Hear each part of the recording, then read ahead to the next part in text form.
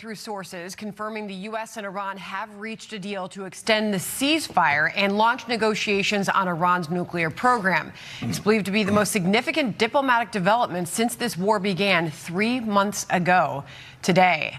And that's where we kick things off at this new hour. Hello and welcome, everyone. I'm Sandra Smith in New York. John, good to be with you. Good to be with you as well, Sandra. I think the devil will be in the details, though.